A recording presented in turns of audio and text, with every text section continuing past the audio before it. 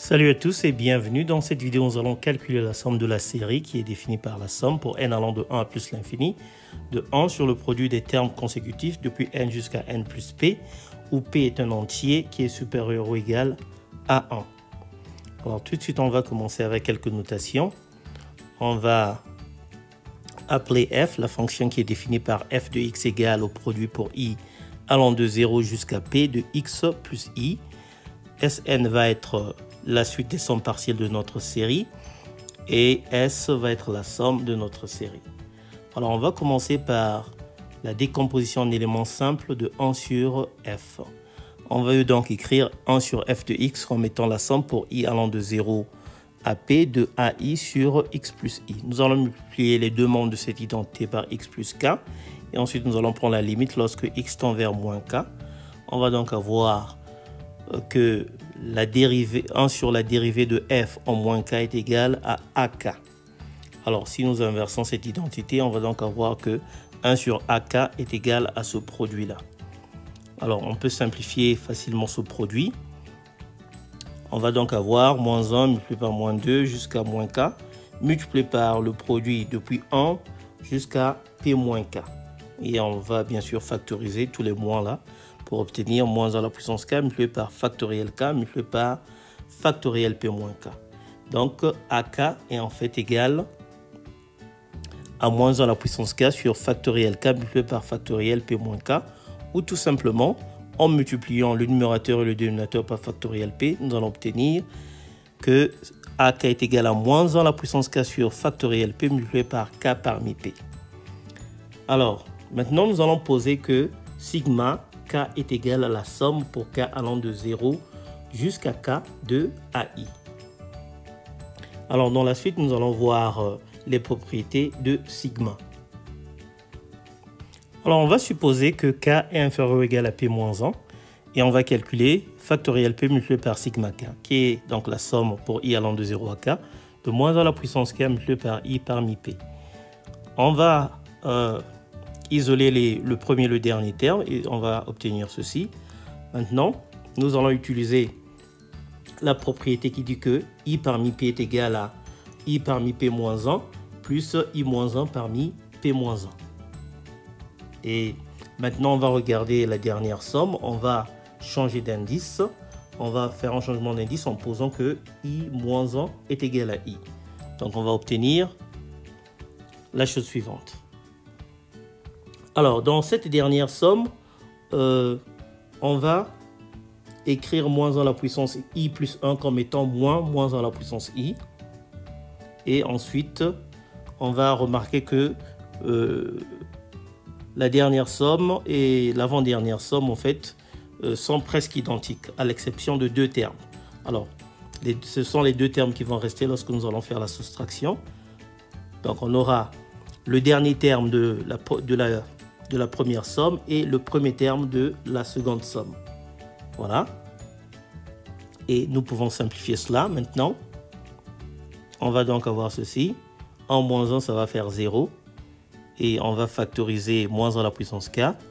Or, k parmi p moins k moins 1 parmi p moins 1, c'est tout simplement k parmi p moins 1. Voilà. Donc, voilà ce que nous obtenons pour sigma k.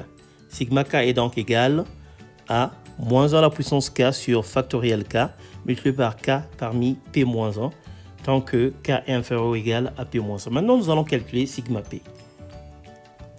Alors, sigma p, c'est égal à 1 sur factoriel p multiplié par la somme pour i allant de 0 à p de moins 1 à la puissance i multiplié par i parmi p. Alors, on va réécrire cette somme-là comme ceci, en introduisant 1 à la puissance p moins i. Et donc, nous pouvons regarder cela comme étant une puissance de p, et c'est la puissance de, donc c'est simplement 1 moins 1 à la puissance p qui est égal à 0. Voilà, donc nous avons déterminé les propriétés de sigma k. Maintenant, nous allons passer au calcul de Sn. Alors, Sn est égal à la somme pour k allant de 1 jusqu'à n de 1 sur f de k. Nous avons une décomposition de 1 sur f de x, on va simplement la remplacer. Et voilà ce que nous allons obtenir. Et maintenant, ce que nous allons faire, c'est on va ajouter et retrancher certains termes. Et donc voilà, on va commencer avec le premier terme qui est A0 sur K. On va retrancher de 1 sur K, on va retrancher 1 sur K plus 1. Et ensuite, on doit l'ajouter puisqu'on venait de le retrancher. Et donc, nous allons maintenant avoir A0 plus A1 sur K plus 1. Or, A0, c'est simplement sigma 0 et A0 plus A1, c'est sigma 1. On va remplacer par cela. Et on va répéter le processus, cette fois-ci avec 1 sur K plus 1. Et donc, si nous on répète ainsi, on va obtenir finalement que Sn est égal à la somme pour K allant de 1 jusqu'à N de sigma 0 facteur de 1 sur K moins 1 sur K plus 1 plus ainsi de suite jusqu'à ce qu'on atteigne sigma P moins 1 facteur de 1 sur K plus P moins 1 moins 1 sur K plus P plus sigma P sur K plus P. Or, sigma P est égal à 0. Donc, on va simplement remplacer. Et nous allons donc obtenir ceci. Alors, maintenant, comme nous avons une somme finie, on peut changer l'ordre de la sommation. Donc, on va commencer avec la somme sur les K. Alors, si nous prenons la somme sur les K, ce que nous allons obtenir, c'est simplement 1 sur I plus 1 moins 1 sur N plus I plus 1. Voilà. Et donc, multiplié par sigma I. Maintenant, nous pouvons passer au calcul de la limite. Alors, si nous prenons la limite de Sn, eh bien, tous les termes qui contiennent n vont tendre vers 0 et il va simplement nous rester la somme pour i allant de 0 jusqu'à p-1 de sigma i sur i plus 1. Alors, on va écrire, nous savons que sigma i est égal à moins 1 à la puissance i multiplié par i parmi p-1 divisé par factoriel p. Donc, on va simplement remplacer. Et voilà ce que nous allons avoir. Alors maintenant, nous allons écrire la définition de i parmi p-1.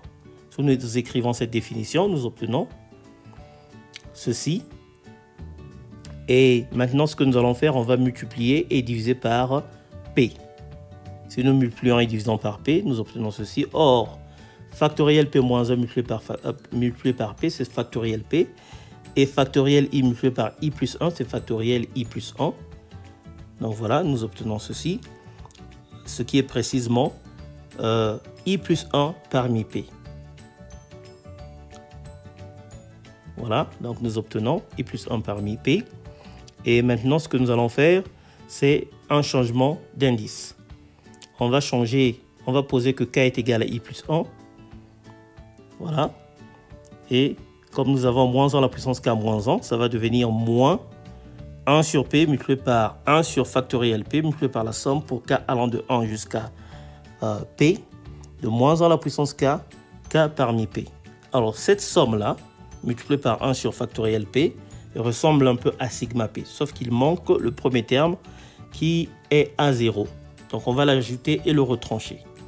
Donc si on l'ajoute et on le retranche, on va avoir moins 1 sur p multiplié par sigma p moins A0. Or, sigma p, c'est 0.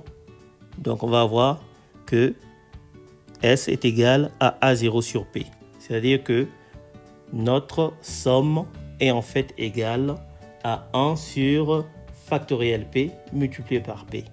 Voilà, nous sommes donc arrivés à la fin de notre vidéo. Merci d'avoir suivi jusqu'à la fin. Pensez à vous abonner, à liker, à partager, à commenter. Moi, je vous retrouve très bientôt. Ciao.